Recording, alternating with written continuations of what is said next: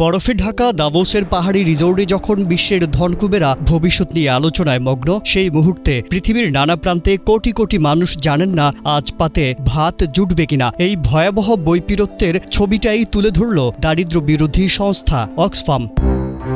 The new Oxfam Inequality Report highlights that now the billionaires' wealth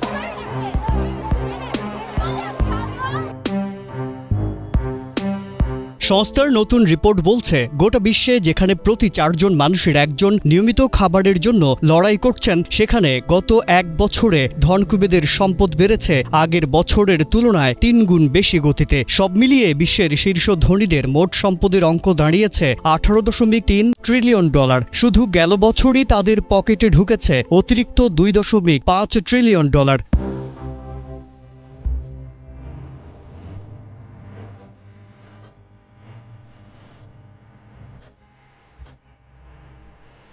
Padma সেতু, metro rail এবং elevated expressway নির্মাণের গর্বিত অংশীদার বসুন্ধরা সিমেন্ট। অক্সফামের আন্তর্জাতিক ডিরেক্টর জেনারেল অমিতাভ বহর রয়টার্সকে বলেন, এটা কোনো স্বাভাবিক অর্থনৈতিক বৃদ্ধি নয়, এটা গরিব মানুষের কাছ থেকে সরাসরি চুরি। জনগণের সম্পদ সরে যাচ্ছে কয়েকজনের ব্যক্তিগত ভাণ্ডারে। তিনি আরও বলেন, এই $2.5 ট্রিলিয়ন পৃথিবীর চরম দারিদ্র্য শুধু একবার নয় 26 বার মুছে ফেলা যেত, কিন্তু সেই টাকা এখন শেয়ার বাজারে, বন্ডে আর বিলাসের হিসাব খাতায় বন্দী। অক্সফামের রিপোর্ট শুধু অর্থনৈতিক বৈষম্যের কথা বলে থেমে থাকেনি, সেখানে উঠে এসেছে আরও গভীর এক সংকট, গণতন্ত্রের দখলদারি। অমিতাভ বহর বলেন, দ্বীপ, প্রাসাদ এসব হাতিয়েই ধনকুবেদের তৃপ্তি শেষ হয়নি। এখন তারা কিনছে নির্বাচন, কিনছে সংবাদ মাধ্যম, আইন লেখা হচ্ছে তাদের কলমে। আমরা আর প্রকৃত গণতন্ত্রে বাস করছি না, আমরা বাস করছি অলিগার্কের যুগে, যেখানে কয়েকজন ঠিক করেন কে খাবে আর কে না খেয়ে থাকবে। 2020 সালের পর থেকে যখন মুদ্রাস্ফীতি আর বেকারত্ব সাধারণ মানুষকে নুয়ে ফেলেছে, তখনই ধনকুবেদের সম্পদ বেড়েছে 81%। এই উল্লম্ফনের পেছনে ধনীদের স্বার্থে তৈরি নীতিকেই দায়ী করছে Oxfam.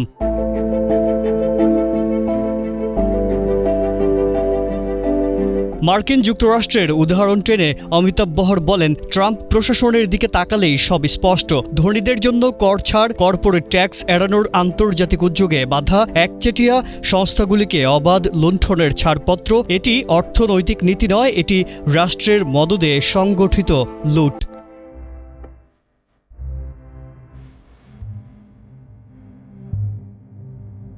just 3 times faster than the previous years.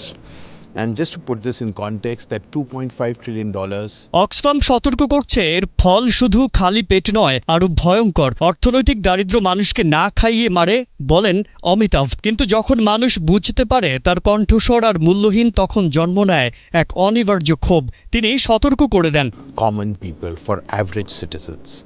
And when you have economic poverty, it will lead to hunger. But when you have political poverty, that's what we are seeing now, it leads to anger.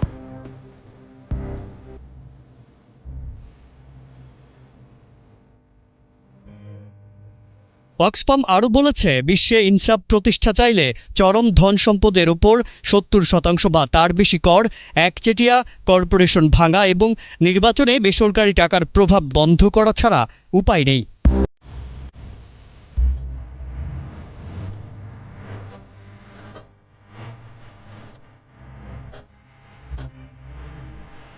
দাভোসের ঝকঝকে বরফ আর বিলাসের আড়ালে দাঁড়িয়ে বহরের শেষ কথা যেন আরও তীব্র হয়ে ওঠে। টাকা নেই এমন নয়, টাকা আছে। নেই শুধু রাজনৈতিক সাহস। যতদিন টানা আসছে, ক্ষুধা বাড়বে, আর তার সঙ্গেই বাড়বে মানুষের ক্ষোভ, ঘৃণা। আজহারুল আলম, কালের কণ্ঠ।